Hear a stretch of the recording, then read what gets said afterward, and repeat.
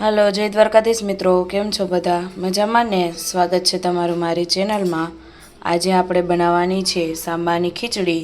તેના માટે આપણે આ સાંબો લઈ લીધો છે અને તેને થોડીવાર પહેલાં પાણીમાં પલાળીને રાખી દીધો હતો। તો ચાલો હવે ખીચડી બનાવવાનું શરૂ કરીએ। તમે વિડીયોમાં છેલ્લે સુધી બન્યા રહેજો અને રેસીપી ગમે તો લાઈક અને શેર કરવાનું ના ભૂલતા। તો હવે આપણે જે પાણીમાં પલાળી અને સાંબો રાખ્યો છે તેમાંથી આપણે પાણીનો ભાગ છે તે દૂર કરી લેશું। તો હવે આપણે તેમાંથી પાણી દૂર કરી દીધું છે અને હવે વઘાર કરવા માટે આપણે તેલ ગરમ કરવા મૂકી દીધું છે। તેલ ગરમ થાય એટલે સૌથી પહેલાં આપણે તેમાં જીરું એડ કરી દઈશું।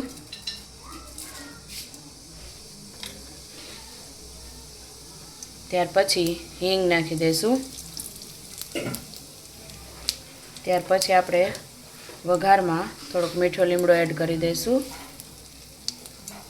થોડીક આપણે આદુની પેસ્ટ ખમણ જેવું કરેલું છે તેને એડ કરી દઈશું।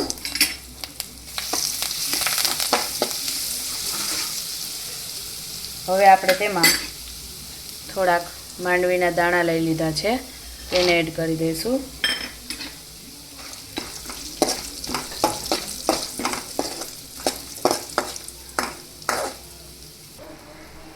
માંડવીના દાણા આપણા થોડા કૂક થઈ ગયા છે તો હવે આપણે તેમાં એક ટમેટું એડ કરી દઈશું।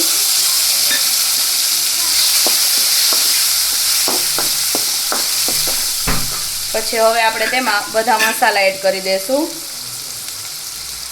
તો અડધી ચમચી જેટલી હળદર, થોડોક આપણે ગરમ મસાલો એડ કરી દઈશું, સ્વાદ પ્રમાણે લાલ મરચું પાવડર, ત્યાર પછી આપણે તેમાં સ્વાદ પ્રમાણે મીઠું એડ કરી દઈશું અને ધાણા જીરું પાવડર એડ કરી દઈશું।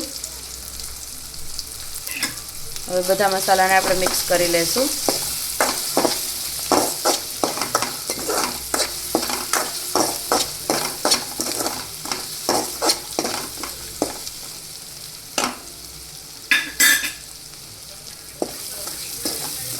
હવે ટમેટું ચડી જાય એટલે આપણે તેમાં પાણી એડ કરી દઈશું।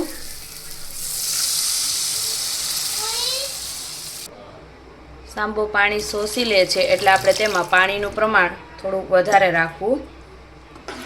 હવે આપણું પાણી ઉકળે એટલે ત્યાર પછી આપણે તેમાં સાંબો એડ કરી દઈશું।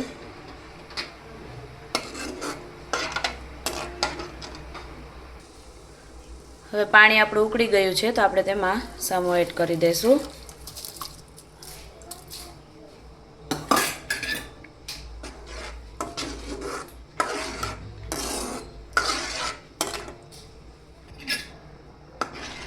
આપણે તેમાં સામો એડ કરી દીધો છે તો હવે આપણે તેને ઢાંકીને 10 મિનિટ માટે કૂક થવા દઈશું।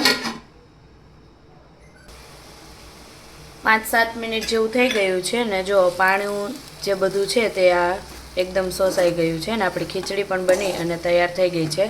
સામાને ચડતા વાર નથી લાગતી। તમે આને કુકરમાં પણ બનાવી શકો, તેમાં પણ 2 સીટીમાં ખીચડી બની અને તૈયાર થઈ જાય છે। તો તૈયાર છે આપણી સામાની ખીચડી। તમે આને વ્રત કે ઉપવાસમાં પણ ખાઈ શકો છો। તો એકવાર જરૂરથી રેસીપી ટ્રાય કરજો અને કમેન્ટ કરીને જણાવજો કે તમને રેસીપી કેવી લાગી। વિડીયો ગમે તો લાઈક કરજો, શેર કરજો અને ચેનલમાં નવા હોય તો ચેનલને સબસ્ક્રાઈબ કરવાનું ના ભૂલતા।